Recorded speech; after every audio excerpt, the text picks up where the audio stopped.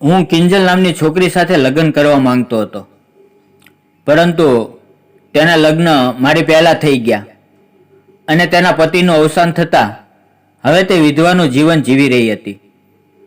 છતાં હું તેની સાથે લગ્ન કરવા માંગતો હતો. પણ એક દિવસ રાતના 10 વાગ્યે કિંજલે મને ઘરે બોલાવ્યો, તો હું તેના ઘરે ગયો અને પછી દરવાજો બંધ કરી અને અમે બંને પ્રેમમાં સમાઈ ગયા. પરંતુ ત્યાં તો કોઈએ દરવાજો ખખડાવ્યો, જેથી હું સંતાઈ ગયો અને જ્યારે કિંજલે દરવાજો ખોલ્યો તો એક માણસ ઊભો હતો.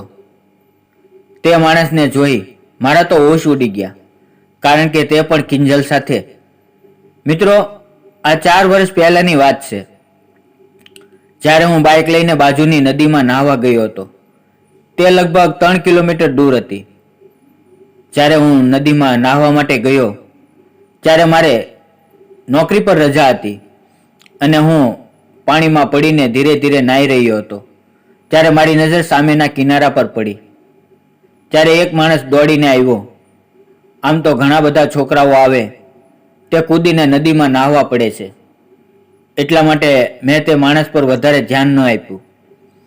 પરંતુ મારા મનમાં તરત જ એક વિચાર આવ્યો કે જે માણસ દોડીને નદીમાં પડ્યો હતો તે માણસ પોતાના ચપ્પલ કે પોતાના કપડાં પણ કાઢેલા નહોતા, જેને કારણે થોડી વારમાં તો હું ત્યાં જોઈ જ રહ્યો.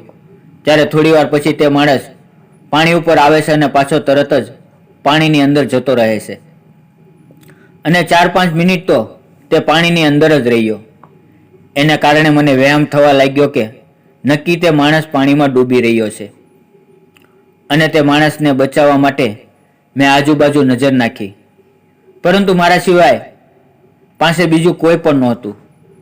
મને તો તરતા આવડતું હતું, પરંતુ તરવામાં એટલો બધો હોશિયાર નહોતો કે હું તે માણસને પાણીમાંથી બહાર કાઢી શકું. અને ઘણીવાર એવું સાંભળવામાં પણ મળે છે કે જે ડૂબતો હોય તે ક્યારેક ક્યારેક તેને બચાવનારને પણ તેની સાથે ડૂબાડે છે. પરંતુ જ્યારે કોઈ વ્યક્તિ આપણી નજર સામે મરી રહી હોય ત્યારે આપણે મૂર્તિ બનીને જોઈ ન રહેવાય. અને હું પણ તે નદીમાં પડ્યો. મારી અને તે વ્યક્તિ વચ્ચે 30 મીટરનું અંતર હતું. નદીમાં પાણી હતું, પણ પાણીનો પ્રવાહ બહુ ઝડપી નહોતો, જેને કારણે હું થોડી જ વારમાં ત્યાં પહોંચી ગયો. તે વ્યક્તિ પાણીમાં ડૂબી જતા બેભાન થઈ ગયો હતો અને હું માત્ર તેનો શટ જ જોઈ શક્યો.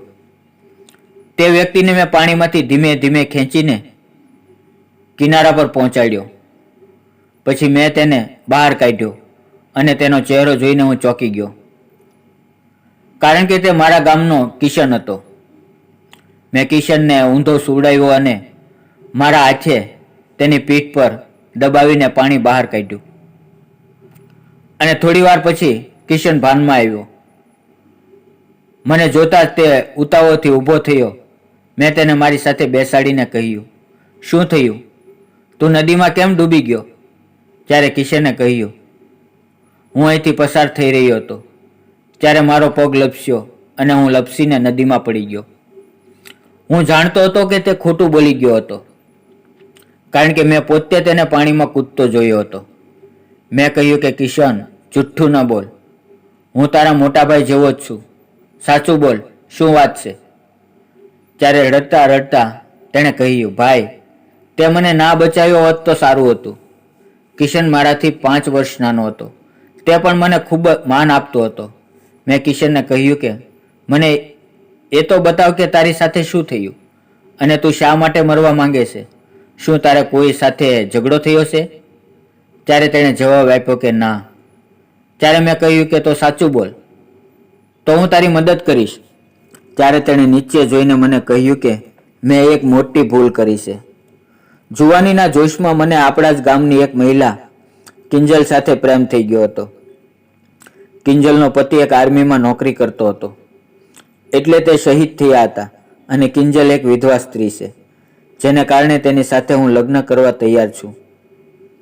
એક દિવસ સાંજે કિંજલે કિશનને પોતાના ઘરે બોલાવ્યો.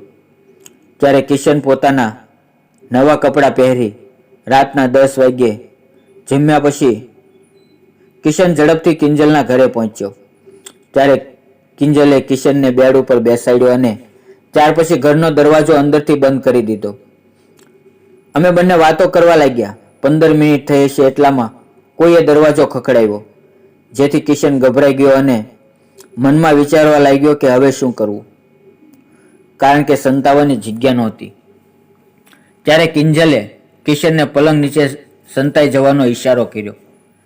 બીક ના મારે વ્યક્તિ કરે તો શું કરે, જેથી કિશન બેડ નીચે બેસી ગયો. તેનું હૃદય ખૂબ ઝડપથી ધબકતું હતું.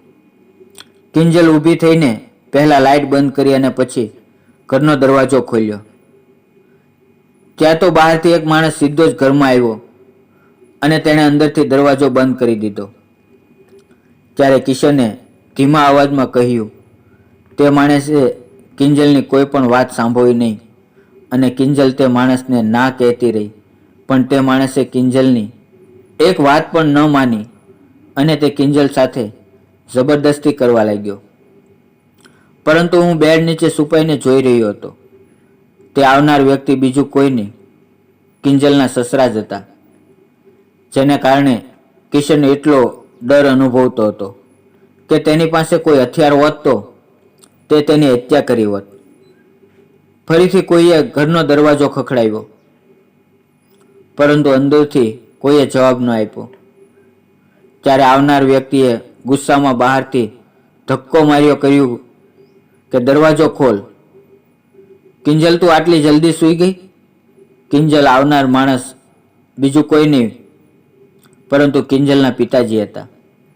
જ્યારે દરવાજો ખોલ્યો તો તેના પિતાએ સૌથી પહેલાં તો ઘરની લાઇટ ચાલુ કરી, જેને કારણે અચાનક જ ઓરડો પ્રકાશથી ભરાઈ ગયો. તેથી બધાની આંખો એકબીજાને મળી અને આપોઆપ શરમથી નીચે જોયું અને બંને વિચાર કરી રહ્યા હતા. તે બહાર લઈ ગયા અને મોકો મળતા જ કિશન રૂમમાંથી બહાર ગયો. અત્યારે તે પોતાના ઘરે પણ નહોતો ગયો અને ઝાડ સાથે માથું અથડાવીને આત્મહત્યા કરવાનું વિચાર્યું હતું, પરંતુ તે સફળ ન થયો અને આખી રાત અહીં તહીં રખડતો હતો અને સવાર પડતા જ તે નદીમાં પાણીમાં પડ્યો. અને પછી મેં કિશનને સમજાવ્યો અને કિશન પાછો ઘરે ગયો. અને થોડા દિવસ પછી એવા સમાચાર આવ્યા કે કિંજલના પિતા કિંજલના ફરીથી લગ્ન કરાવવા માંગતા હતા. હવે કિંજલ વિધવા હોવા છતાં મેં કિંજલ સાથે લગ્ન કર્યા અને અત્યારે અમે ખુશ હતા અને આનંદથી જિંદગી જીવી રહ્યા હતા. મિત્રો, વિડીયો પસંદ આવ્યો હોય તો વિડીયોને લાઈક અને ચેનલને સબસ્ક્રાઈબ જરૂર કરજો. ફરી મળશું આવતીકાલે નવા વિડીયોમાં. ત્યાં સુધી આવજો. વિડીયો પૂરો જોવા બદલ આપ સૌ મિત્રોનો ખૂબ ખૂબ ધન્યવાદ મિત્રો.